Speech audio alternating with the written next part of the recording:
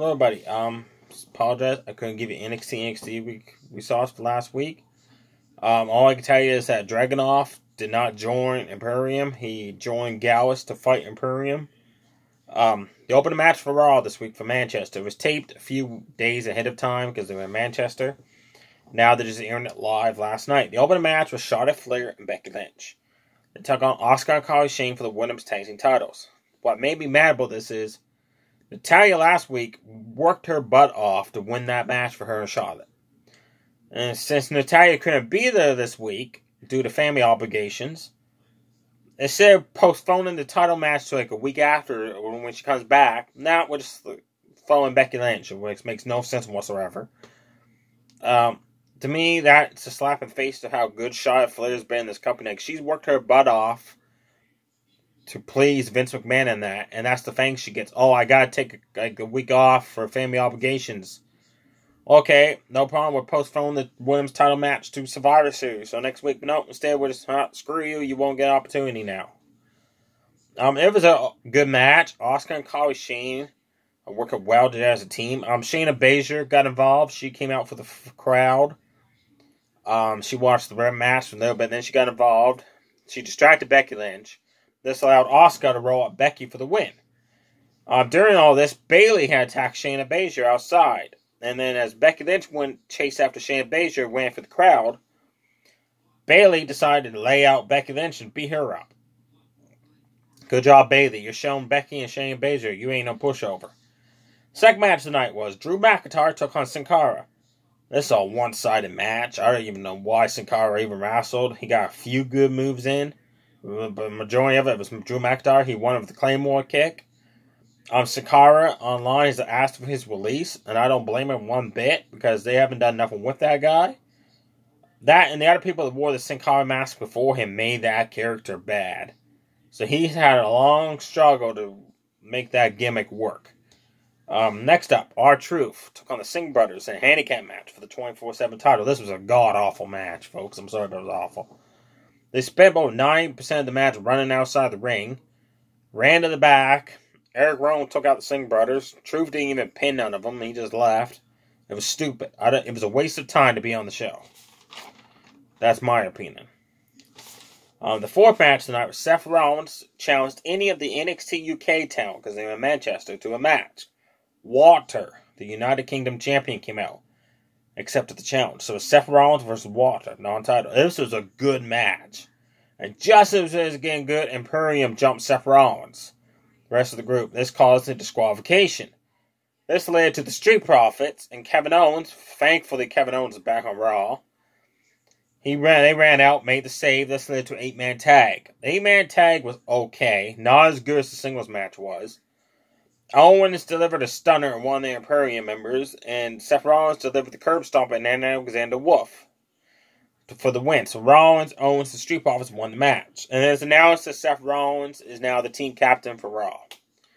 Survivor Series. The fifth match tonight was Cedric Alexander took on Andrade Cien Almas of Vega. This was a good match until the ending. I don't know if Cedric Alexander, when he was running to the ropes, he ran too soon, or if Vega missed her cue. Because, he stopped, and then she, she grabbed his foot. I think she was supposed to be there in position when he was running from the ropes, but she wasn't in position at the time. Instead of Cedric Alexander, doing something, he just stopped, and then allowed Vega to grab his foot. It was stupid. Andrade won the match quickly after that with the underarm DDT, so he's 4-0 now on Raw. Good job, Andrade. Eric Rowan took on a jobber, quickly defeated him with a minute or two. Stupid. Seventh match of the night was the Viking Raiders, non-title, against NXT UK's tag team, Mike Andrews and Flaps Morgan Webster, the former United Kingdom champions. I was looking forward to this match when they showed the graphic on TV, and it was a letdown. Poor Mike Andrews and Flaps Morgan Webster hardly get no offense in. They just basically there for the Viking Raiders to squash them. The Viking Raiders won with the Viking experience on Mike Andrews. The main event, the OC, took on Humberto Carrillo, Ricochet, and Randy Orton. It was weird Ricochet being that match. Orton, because he's a heel on the other two faces. This was a good main event. I enjoyed this one. Orton was setting up for RKO and Ricochet. Then he changed his mind and RKO'd AJ Styles. This how allowed Humberto Carrillo to do a move up the top rope to pin Styles. This match between Styles and Humberto, this feud, it's got to end. Give Humberto the United States title. That's what it's leading to. Because they can't do no more of the OC and Humberto. That's run its course. I'm just saying, do not let it change Survivor Series. Because it's been announced at Survivor Series. AJ Styles versus Roderick Strong versus Shinsuke Nakamura. That match can steal the show. And if they have AJ Styles lose the United States title before Survivor Series or Humberto Carrillo, to me, that's not going to be good. Like, don't get me wrong, Humberto Carrillo is a good talent.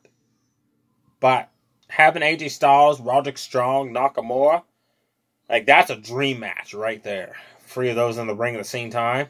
So let that match happen, then have Humberto beat Styles afterwards. After Survivor Series.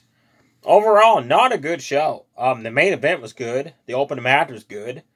And the rest of the matches kind of like were short or awful, or I don't even know why Eric Rowan had a match against a jobber. He could have wrestled anybody else. Heck, he could have wrestled Mojo Rawley.